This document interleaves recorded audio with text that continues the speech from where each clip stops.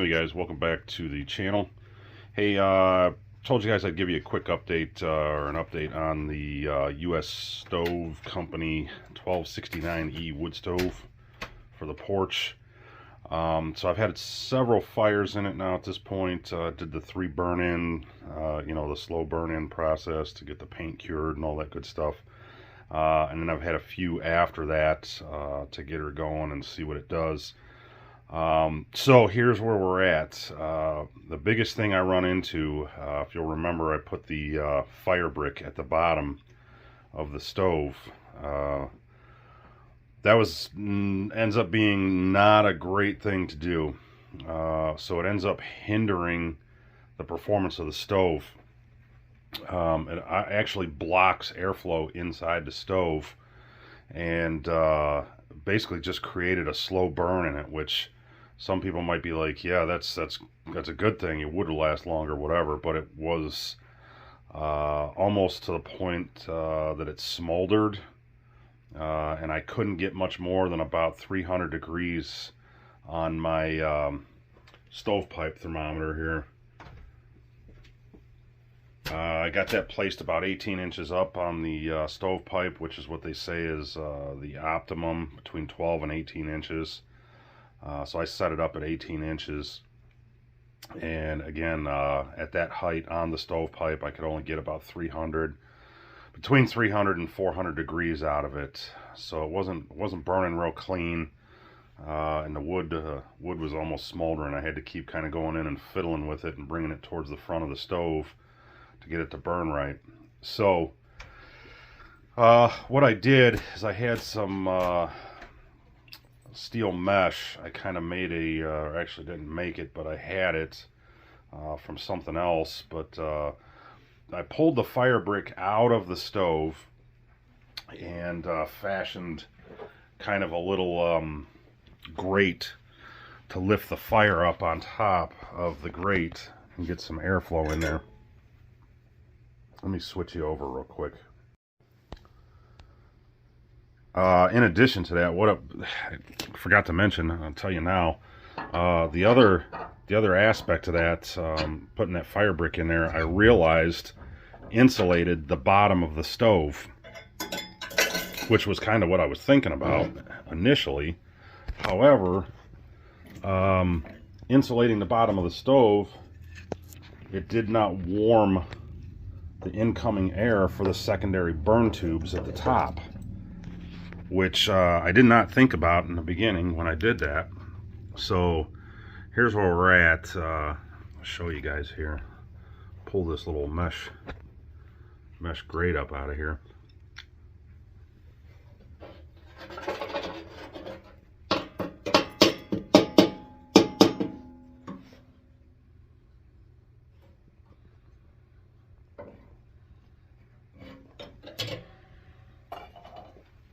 The inspector here. So that actually helped quite a bit. Pulling that out and raising that fire up in the firebox allowed air to travel underneath the fire. It warmed up the incoming air, and instantly the next fire that I had to try that theory out or test out that grate, I was all the way up above, let's see, 3, 4, 5. I was about 550 degrees on the stovepipe.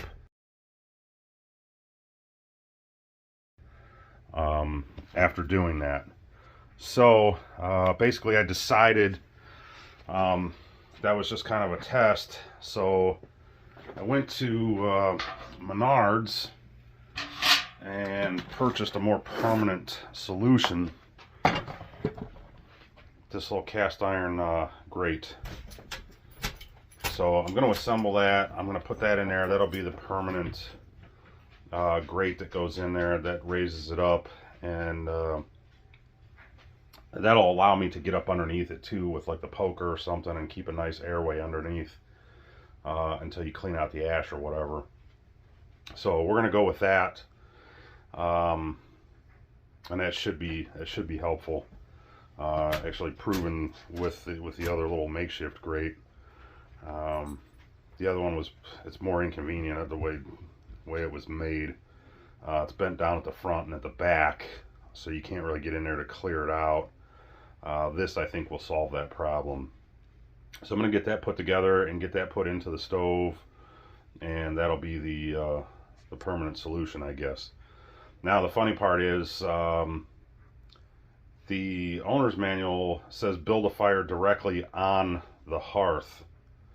So after I removed the fire brick, I did that, and I got a little bit better performance out of it. I think I got up to about 425 degrees on the thermometer there. So it did better, because it did end up allowing a little more air circulation, but still ended up having to go in and pull wood to the front of the stove. So that's why I decided to test the grate to give it actual airflow in and underneath the fire. Because if you'll look at this, the way this is designed on the door here, let me get this out of the way. So it comes in and goes up under this this lip. There's a hole in the door. It comes in, and then there's this baffle here. I think I showed this before. If not, well, here it is. So this baffle here directs air straight down.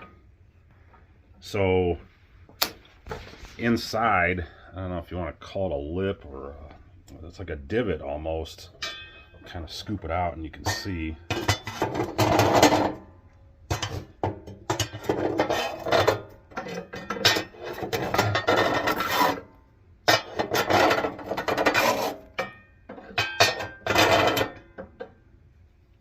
There, it's a little better. Get the light in there for you. So you can kind of see that it goes down and then kind of lifts back up to the base there. Kind of hard to tell, but it's there. So anyhow, I don't think it's, I think that air going straight down doesn't really give you a flow anyway. I mean, that's just my opinion. Going straight down, I think it would just kind of dead end at the bottom there and kind of just go wherever. Where giving it the grate, putting the grate in there, I think that'll give it a nice straight path, which it actually seemed to do with the test grate to the back of the stove, and all of the wood was able to catch like it was supposed to. It's the whole idea of the stove was to be able to burn hot and clean, and that wasn't happening with, like I said, with the fire brick. That obviously was a bad choice, so that came out, as I said. And then even, again, I'll repeat, burning right on the hearth like the manual recommends, made it improvement, but not what I would consider great. No pun intended there, but that's why I chose to go ahead and lift it up, and we'll go with this. So I'm gonna build this, get it in the stove, and we're gonna run it that way for a good while and see how the performance is. And my last move, if I feel I still need some more, I think I'm gonna cut some type of a little sheet metal part to screw to that baffle to kind of like angle the air more towards the fire instead of going straight down and having to find its way. But that'll be the last thing I do if necessary. I think the grate's gonna pretty much solve the problem, but if not, that'll be my next move. And if I have to resort to that or go to that, then I'll shoot a quick video for you and show you how that turned out, and let you guys know on that. So that's where we're at with this. Just like I said, some tips for you guys if you choose to try to use one of these stoves or something, or you know, or if you have one and you're looking for a little better performance out of it. Like I say, I'm trying to use it the way it was designed for the most part, with the secondary burn. I mentioned in the first video where people rip that baffle out of there and stuff like that. So it burns like the old school Logwood stoves. But you know, I guess in my mind, I guess if you can burn clean, that's I don't guess it's a bad thing if you're getting the heat and the performance out of it. So That's what I'm going for. Like I say, they said the manual says don't use a grate, but from what I'm seeing, it improves the performance. So we're gonna go with it. Okay, guys, here you go. Here's the grate. Pretty heavy duty. It's nice cast iron. You do have to assemble it. It's kind of funny, but the legs, each of the 4 legs bolt on. Just a large Phillips screwdriver and a nut on the back. But pretty solid. Nice. Got some nice weight to it. Pretty thick. So we'll sit that in there and we'll go for it. I do have to say, I think it's funny.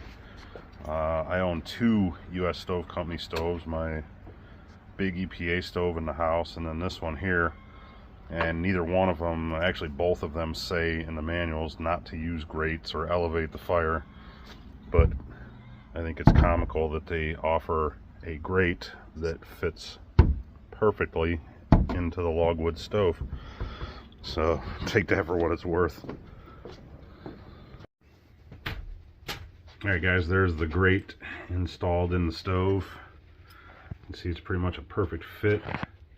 Even gives you space where the airflow is going to go right down into that, that little trough there, and then feed right up underneath that grate. So looks to be